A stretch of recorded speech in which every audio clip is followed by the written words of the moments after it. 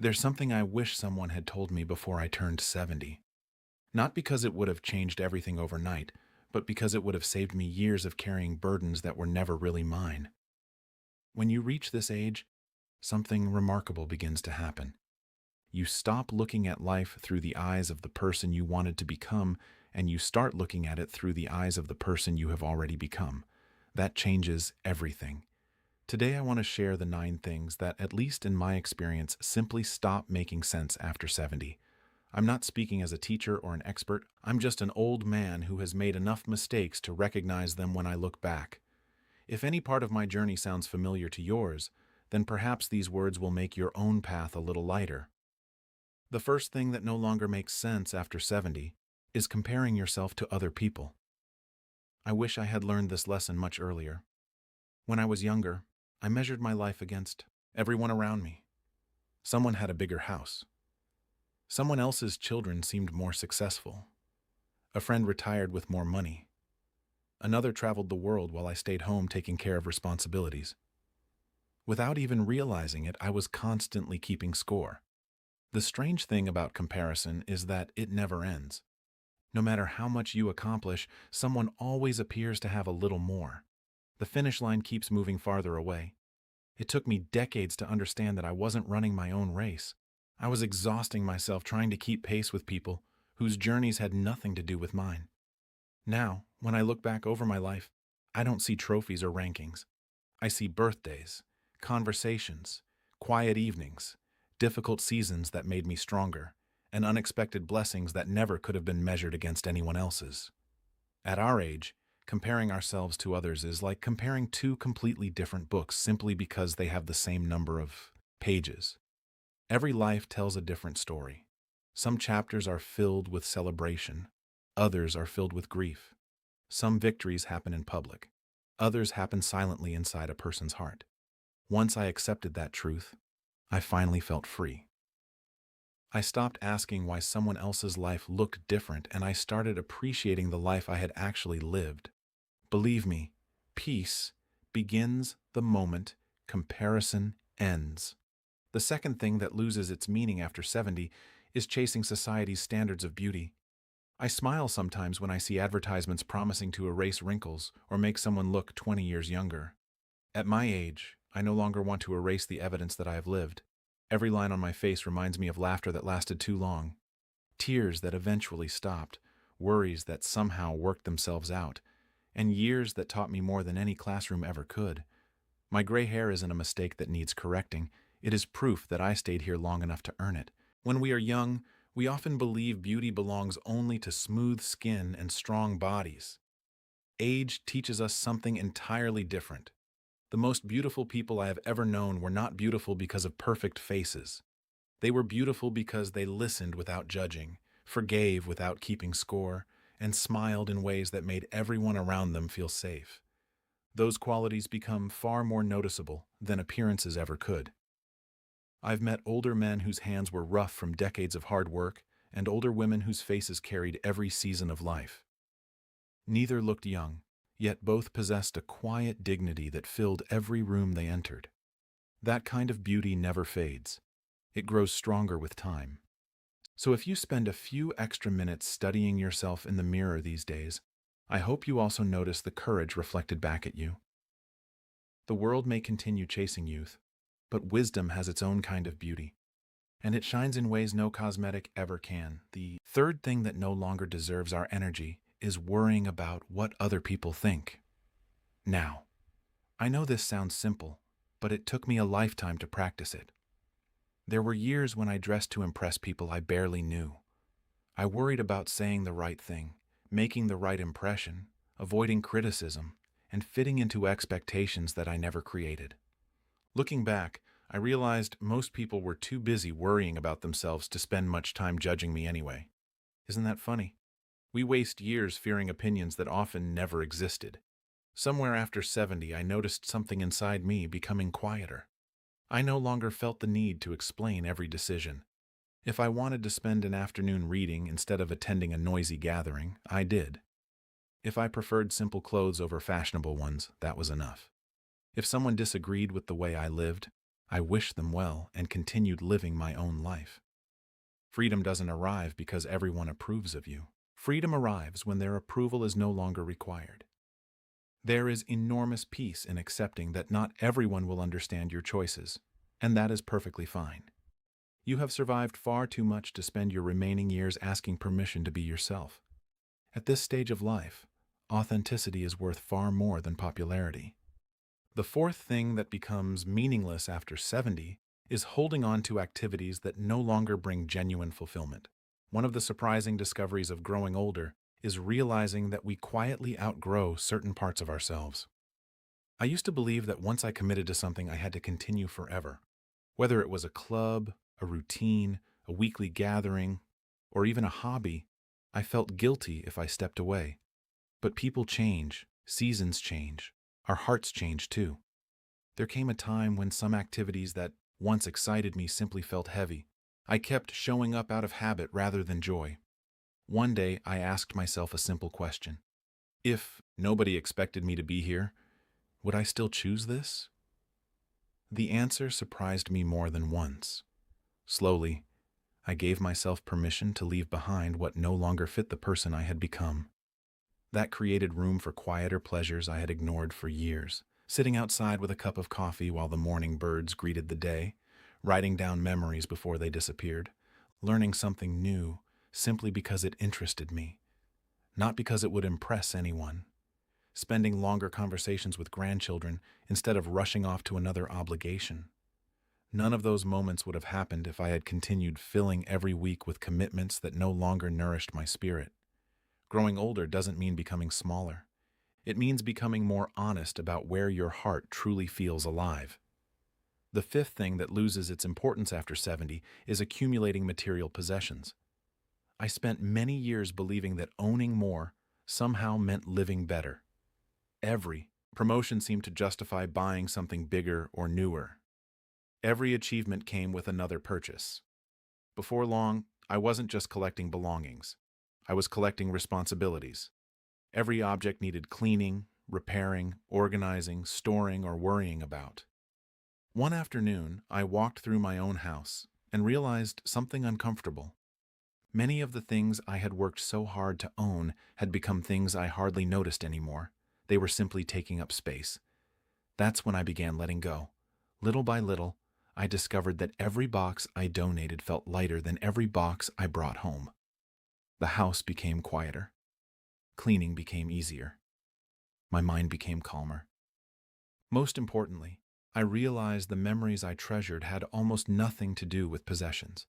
They came from ordinary dinners with family, unexpected laughter with old friends, long walks, handwritten letters, sunsets I never planned to watch, and conversations that stayed with me long after they ended. Those are the treasures that never collect dust, never break, and never need replacing. As we grow older, we begin to understand that the richest people are not those who own the most, but those who have learned how little they truly need in order to feel deeply content. That realization naturally led me to another lesson that took me much longer to accept than it should have. The sixth thing that simply doesn't make sense after 70 is maintaining social obligations that no longer bring you joy. For many years, I believed that being a good person meant saying yes to almost everything. If someone invited me somewhere, I felt I should go. If there was another family gathering, another community event, another dinner where I hardly knew anyone, I convinced myself it was the right thing to do. Sometimes it was, but many other times I came home feeling more exhausted than fulfilled. I wasn't spending my time because I truly wanted to. I was spending it because I didn't want anyone to think I was rude or distant. Age has a funny way of exposing the difference between obligation and genuine connection. These days, I value quality over quantity. I'd rather spend an afternoon talking with one old friend who truly knows me than attend a room full of conversations that never go beyond small talk. I'd rather enjoy a peaceful evening on my porch listening to the wind than force myself into another event simply because it's expected. Some people misunderstand this and think older people become antisocial.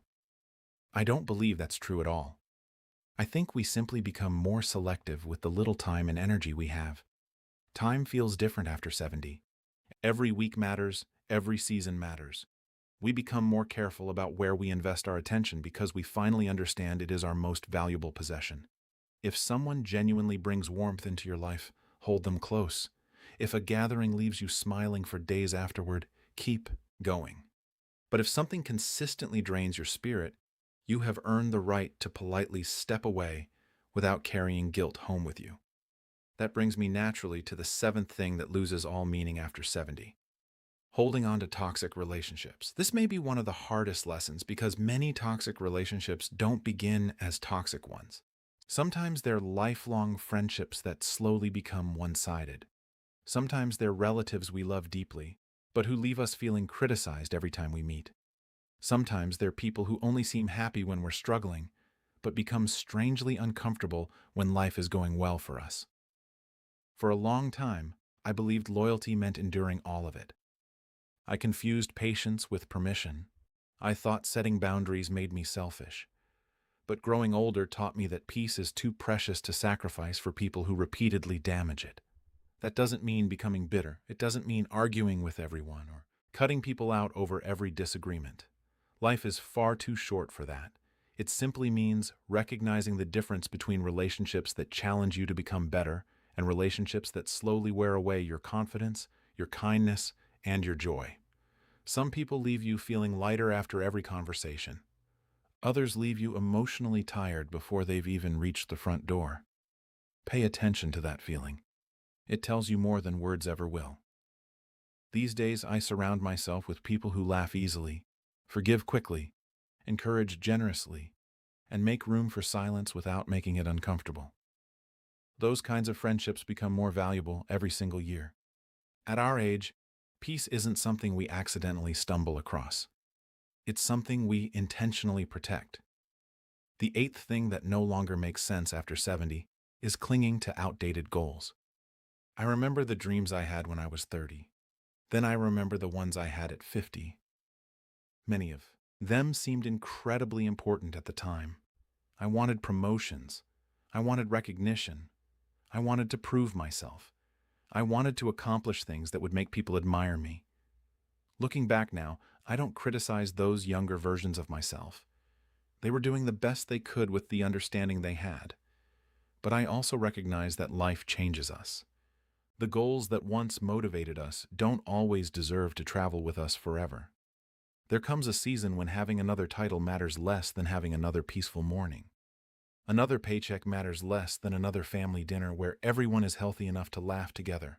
Another achievement matters less than another.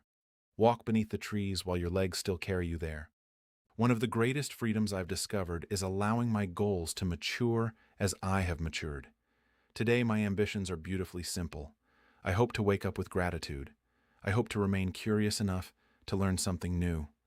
I hope to be patient with people who are having difficult days, because I know what difficult days feel like.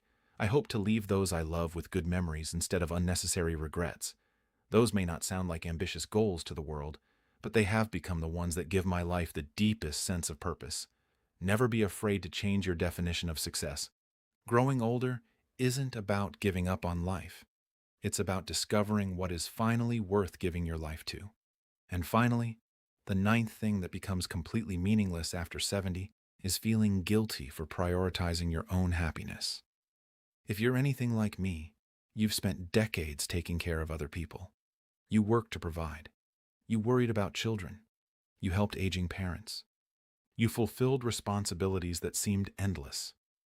Somewhere along the way, many of us quietly learned that our own happiness should always come last. We became so accustomed to giving that receiving almost felt uncomfortable. Even resting sometimes felt like laziness. But here's what I have learned. You cannot pour kindness into everyone else's cup if your own has been empty for years. Taking care of yourself is not an act of selfishness. It's an act of wisdom. If reading brings you peace, read without apologizing. If sitting beside a lake makes you happy, spend more afternoons there. If gardening, painting, traveling, praying, volunteering, or simply enjoying a quiet afternoon fills your heart, then give yourself permission to enjoy those moments completely. You have spent enough years believing that everyone else's needs must always come first. Happiness isn't something we should postpone until every responsibility disappears, because life will always create another responsibility. Instead, happiness is something we choose in the middle of ordinary days. It's found in slow mornings, warm conversations, familiar songs, comfortable silence, and grateful hearts. I've discovered that the happier I become within myself, the more kindness I naturally have to offer others. Joy is never wasted. It quietly spreads to everyone around us. When I think about everything I've shared today, I realize none of these lessons arrived all at once. They came one year at a time, one mistake at a time, one difficult season after another. If you're already past 70, perhaps you've discovered some of these truths yourself. Maybe you've even learned a few that I haven't. And if you're approaching this season of life, I hope you'll remember that getting older isn't only about what we lose. It's also about what we finally gain. We gain perspective. We gain freedom from expectations that once controlled us. We gain the confidence to say yes to what truly matters and no to what quietly steals our peace. Most of all, we gain the opportunity to live the years we have left with greater intention than ever before. So don't be afraid to travel a little lighter. Let go of comparisons. Let go of impossible standards. Let go of unnecessary possessions, exhausting obligations, unhealthy relationships, outdated dreams, and the guilt that has followed you for far too long. Fill that empty space with gratitude, meaningful friendships, simple pleasures, laughter, forgiveness, and moments that remind you just how precious life still is. None of us knows exactly how many pages remain in our story, but we can certainly choose how we write the next chapter. My hope for you is that it becomes your most peaceful, your most authentic, and perhaps even your happiest chapter yet. Thank you so much for spending this time with me today. It truly means a great deal that we could share these moments together. If something I said reminded you of your own journey, I'd love for you to share your thoughts in the comments. Your experiences may be exactly what someone else needs to hear today. Until we meet again, please take good care of yourself. Be kind to those around you, and don't forget to be kind to yourself as well. Wishing you peace, good health, and many beautiful days ahead. Goodbye for now, my dear.